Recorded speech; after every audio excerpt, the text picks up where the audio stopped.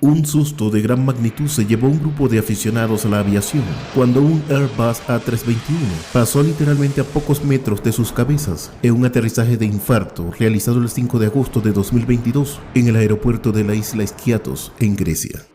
En cámara lenta, se puede apreciar el momento cuando los espectadores son empujados hacia atrás por la corriente de aire del reactor, al tiempo que el polvo del lugar se eleva y una mujer pierde su sombrero. A pesar de las advertencias, ese lugar se ha convertido en un destino de referencia para aquellos centinelas de aviones que quieren disfrutar de su pasatiempo bajo condiciones de alto riesgo.